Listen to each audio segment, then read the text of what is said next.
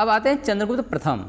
इनका शासनकाल घटोत्कच के बाद 320 ईस्वी में, और जो इनका आखिरी समय था 335 ईस्वी तक, यानी कि लगभग इन्होंने 15 सालों तक शासन किया। चंद्रगुप्त जो प्रथम हुए इन्होंने 15 सालों तक शासन किया, 320 ईस्वी से 335 ईस्वी तक।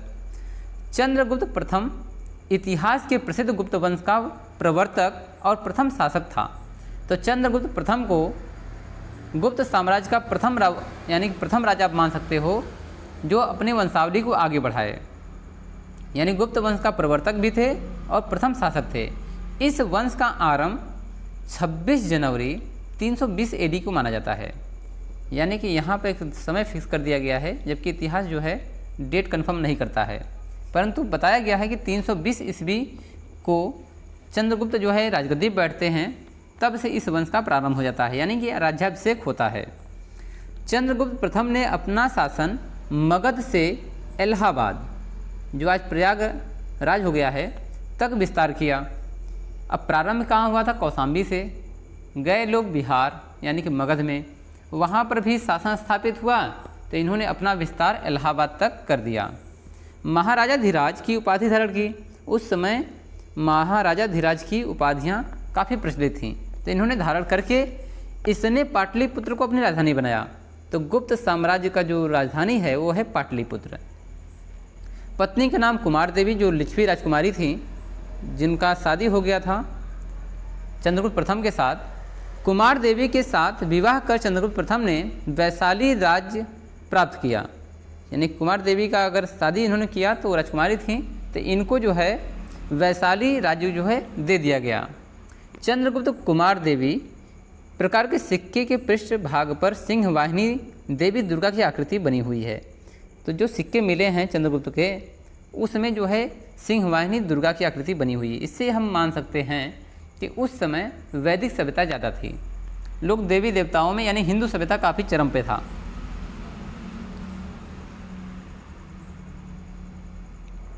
इसके समय में गुप्त शासन का विस्तार दक्षिण बिहार से लेकर अयोध्या तक था। तो अयोध्या जो है कौशाम्बी के जस्ट बगल में है, करीब 80-90 किलोमीटर का अंतर पड़ेगा। तो बिहार से लेकर के कौशाम्बी अयोध्या तक इनका शासन विस्तार हो गया था। चंद्रगुप्त प्रथम ने अपने शासनकाल में एक नया संवत चलाया।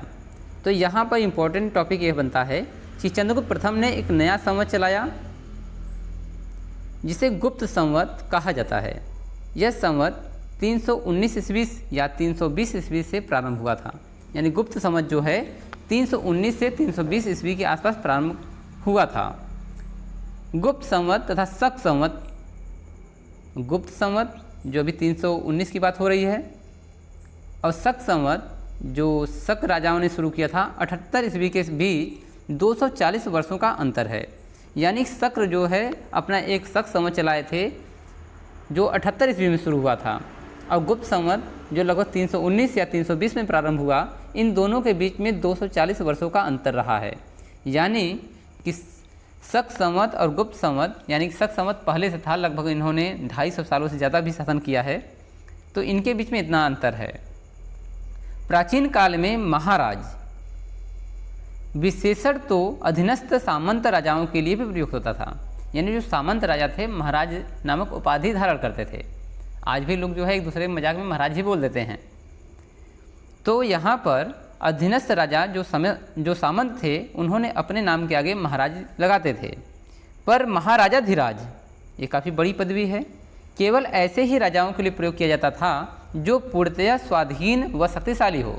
आप मान सकते हो कि महाराजा धीराज की उपाधि वही धारण करता था जो सम्राट बनता था, या फिर पूर्णतः स्वतंत्र हो और शक्तिशाली हो। यहाँ पर सीमा विस्तार है कि गुप्त साम्राज्य जो है चंद्रगुप्त के समय में कहाँ तक विस्तार किया, यानी चंद्रगुप्त प्रथम के समय में कहाँ तक।